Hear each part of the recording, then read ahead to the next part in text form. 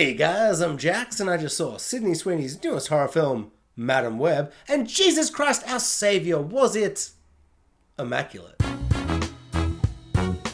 So Immaculate is an interesting horror film and a kind of tricky one to tackle with a review. This is going to be a spoiler-free review. To do a spoiler-free review, I feel like you often want to kind of give the inciting incident, like explain like the basic premise to get people keen to go see it. Whereas this film, you shouldn't know anything about it. I didn't know anything about this film whatsoever. I had seen one or two posters, I'll throw them up here, and essentially all I knew was Sydney Sweeney plays a nun, and it's a horror film, and going in blind is the best way to experience this film, because the film plays out in three very distinct, unique acts, and the inciting incident, like the thing that really gets you hooked and keen for the movie, doesn't really happen for the first like 20-30 minutes. So I'm not even going to explain what that is. I might briefly do some kind of spoilerish stuff towards the end, but I feel like even explaining the premise, like the basic idea of this movie, is a spoiler, because when it hits you, when you realize what this film is actually about, it's kind of crazy and awesome. So I really don't want to say. I will just give my general thoughts about the mood and tone and feel of the film and the acting. And some other filmy stuff, cinematography or whatever. So the very basic premise of this film is that Sydney Sweeney plays a nun and she goes to a new church, nunnery, a convent. She goes to the building in which all the nuns live. A nunnery. Let's call it a nunnery. She goes to this nunnery in Italy and she's all like, hey, I'm the new girl, and maybe some weird, strange, mysterious, horrifying things happen or something. Is it supernatural? Is it scientific? Is it all in her mind? Is it none of the above? And I'm just trying not to explain what the film is. Who's to say? Probably one of those four examples. Or it's not! Maybe it's none of those things. It's one of those things. And so what really struck me about, especially the first act of this film, the three acts are very distinctive, and there's a fun little gimmick they do to kind of explain when we're in the second and third acts that's very, very fun and clever, and I liked that. And I feel like I wish the film went more into the insanity and madness and kind of silliness, because that first act is very kind of self-serious, it's very moody, it feels like it's trying to be a kind of a highbrow horror film, like it's trying to be like, oh, we're gonna do a Hereditary situation, we're gonna be a bit kind of thinky in our horror, and it's going to be psychological, and we're really going to slowly take our time with the film to kind of ease you in. But at the same time, because like the inciting incident doesn't happen for so long, and like the film doesn't kick into gear for like 30-40 minutes properly and truly, there are a disgusting, horrendous amount of jump scares. But not just a classic, boring, lame jump scare. Like truly, egregiously, poorly timed, uninspired, unearned, dull, nothing jump scares. There is maybe 10 jump scares in the first 30 minutes of this film that are just embarrassing, and just like they trick you into thinking the film is tense and it's like the slow tension ranking up, but you're just sitting there kind of tense because you're like, something's gonna jump out, but it's gonna be nothing. And it keeps doing it in this really generic cliche way, and it kind of stops at a certain point when the film actually gets kind of fun. Like, I wouldn't say this film is great. I think it's pretty fun for what it is, but it feels like it's kind of got a tonal identity kind of crisis. Like, the tone of this film feels like it's wanting to be this very self-serious, Hereditary style film, but it's not. It's a schlocky, trashy, dumb, gory horror film. When it gets gory and crazy and insane and embraces the true, unbridled insanity that is this storyline, there are some images and creativity in this film that are really, really fun. The last shot of this movie is like a 2-minute one-er.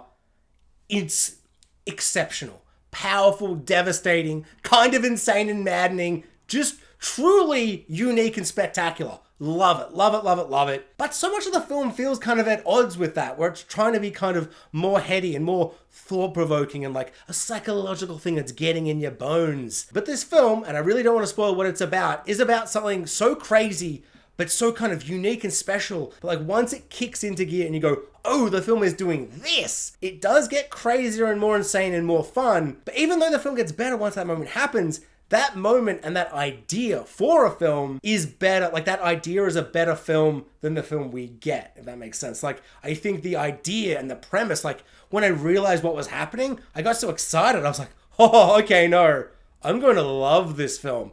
And whilst there are moments and ideas, and there's a couple of shots here or there where I'm like, yeah, this film has lost its mind in the best way possible, it doesn't lose its mind fully. It doesn't fully embrace the insanity and craziness And the whole third act feels very unearned. A lot of crazy, gory, insane madness happens, but it feels very easy. It feels very unearned. It feels very boring and lazy. Even though it's kind of fun to watch, like it's super fun to watch. It's a gory, madness, crazy third act of a movie, but it did not earn itself the right to be that type of thing, and it still doesn't even go as far as I wanted it to go. I think there are so many different avenues and crazy ideas at play they could have gone. If they had just gone full schlock, full insane, full just nonsense, dumb, stupid horror film, which it pretty much is, if they'd just cranked it 12 out of 10, I think it would have really worked. Whereas it feels like it's kind of going at an 8 out of 10 for the insane idea it is.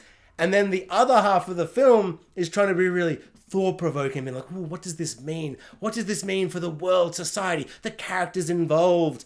And it is so surface level. Every single character is so basic and surface level and uninspired and boring. It's kind of a lazy script. Every single character is so uninspired and so just the bare bones. And this idea and this concept could be something really interesting. But at the same time, the premise is so crazy and there are some gory, disgusting kills that I had a bit of fun with it. The score is spectacular. Do you love church choirs of women singing in scary, haunting, and uplifting, but then mostly just haunting songs? You're gonna get it in this film.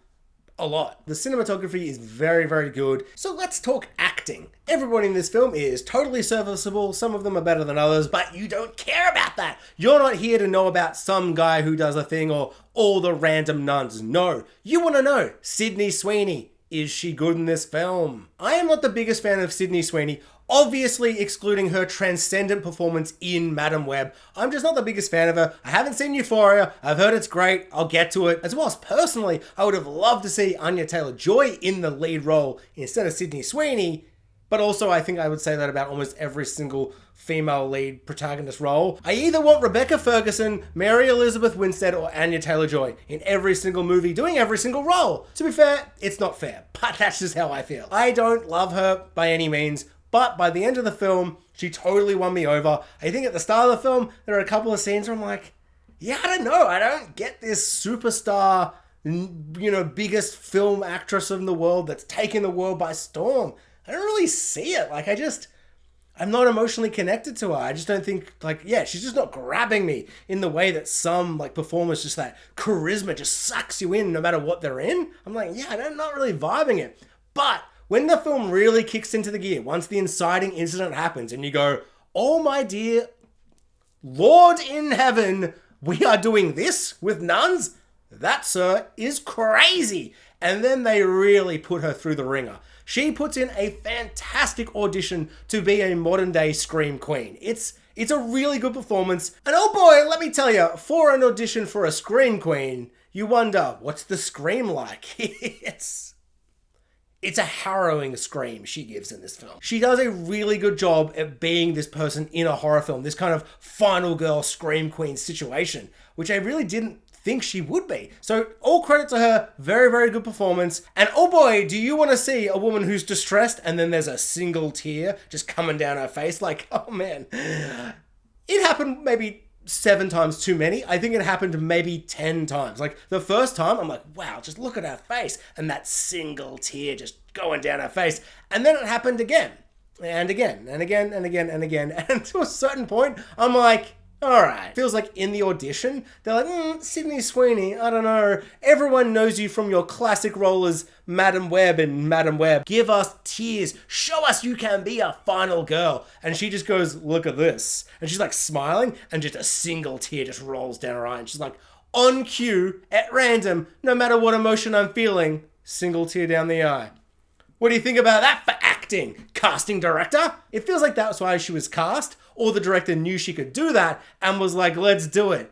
Every second scene in this movie, have her look a certain way, but just a single tear just rolling down the cheek. Cool, good for her. She can have a single tear roll down her eye, but at a certain point, I was like, all right, kind of feels like a weird gimmick you just keep kind of shoehorning into every scene. Oh, also, if you are curious but you couldn't be bothered watching the film, the inciting incident, the moment where the film kicks off and it gets interesting, the plot of this movie is that Sydney Sweeney, a virgin, a non-virgin, is pregnant. Yeah, she's she's got the second coming in her belly. She's like Mary, Yeah, that's the film. She's got a baby in her belly, and all the nuns and the main priest guy are like, oh my god, it's a miracle. They're the second coming, it's the Mary or whatever. Or, is there something more sinister going on? Obviously, there's probably something more sinister going on. It's pretty good, but as I said, it is wasted potential. That film, the idea of this premise, could be something so crazy and insane. And instead, it's kind of the very bare surface minimum of a story about a virgin woman who has got a baby in her belly. And she's like, how did this happen? I didn't have sex, but I've still got a baby in me. There are so many different crazy avenues I think they could have taken this, or at least taken it to a certain extent, and pulled it back and gone in different directions, all these different crazy ideas, and instead it feels like they did the very bare minimum until the last 5 minutes, and I'm like, that's crazy. But even the best shot of the movie, I'm still like, I'm left wanting. I'm a greedy boy though, so I'm greedy for some horrifying things. If you're going to make a film like this, just push it to the limits. Or don't, or make a generic, mildly entertaining film.